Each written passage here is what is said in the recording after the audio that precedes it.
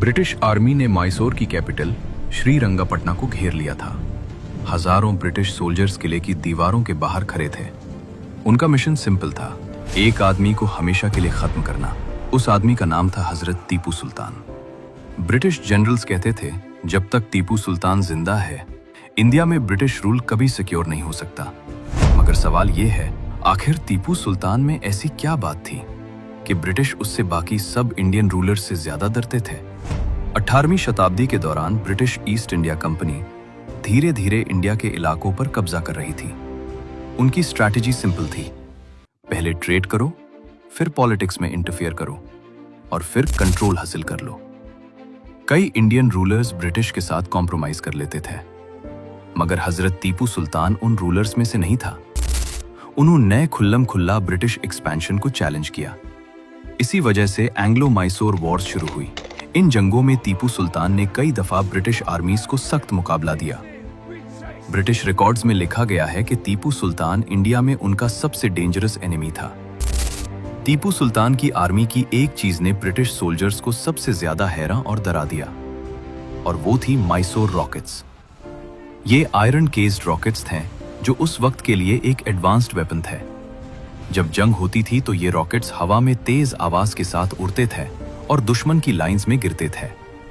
उनकी रेंज और impact British rocket से ज्यादा पावरफुल थी। 1780 की एक फेमस बैटल में मैसूर रॉकेट्स ने ब्रिटिश आर्मी को बुरी तरह डिस्टर्ब कर दिया। ब्रिटिश सोल्जर्स ने पहली बार ऐसा वेपन देखा था। बाद में ब्रिटिश साइंटिस्ट्स ने इन रॉकेट्स को स्टडी किया और उनसे इंस्पायर होकर कॉन्ग्रीव रॉकेट्स बनाए। यानी टीपू सुल्तान की मिलिट्री टेक्नोलॉजी ने बाद में यूरोप की वॉरफेयर को भी इन्फ्लुएंस किया।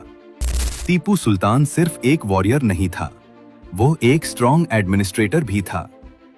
उसने मैसूर की इकोनॉमी को स्ट्रॉन्ग बनाने के लिए कई रिफॉर्म्स किए। उसने एग्रीकल्चर को प्रमोट किया, नए कॉइन्स इंट्रोड्यूस किए और स्टेट इंडस्ट्रीज को डेवलप किया। टीपू सुल्तान ने इंटरनेशनल ट्रेड भी स्ट्रॉन्ग बनाया। उसके ट्रेड रिलेशंस थे France, Ottoman Empire, Persia, Arabia.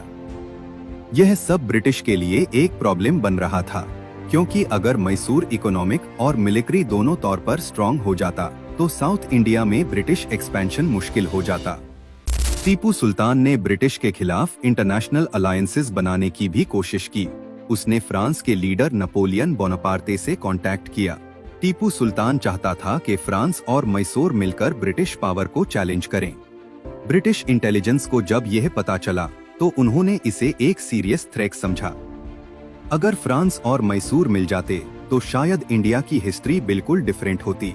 इसीलिए ब्रिटिश ने डिसाइड किया कि टीपू सुल्तान को जल्दी से जल्दी खत्म करना जरूरी है। 1799 में फोर्थ एंग्लो मैसूर वॉर शुरू हुई। ब्रिटिश आर्मी ने मैसूर पर बड़ा हमला किया और सीधा मार्च किया टीपू सुल्तान की कैपिटल श्रीरंगपटना की तरफ। लंबी और इंटेंस फाइटिंग के बाद ब्रिटिश आर्मी किले के अंदर घुस गई।